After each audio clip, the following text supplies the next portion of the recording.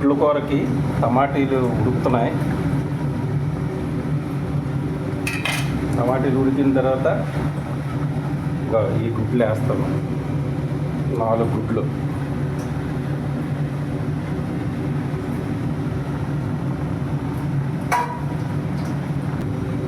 గుడ్ల తర్వాత పనసపెక్కలు కూడా ఉడకబెట్టి ఉంచాను. ఈ ఒక 5-6 వేస్తాను అందులో.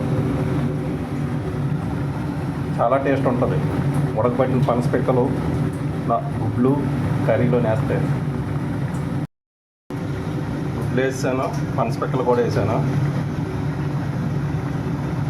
కాసేపట్లో దించేస్తాను.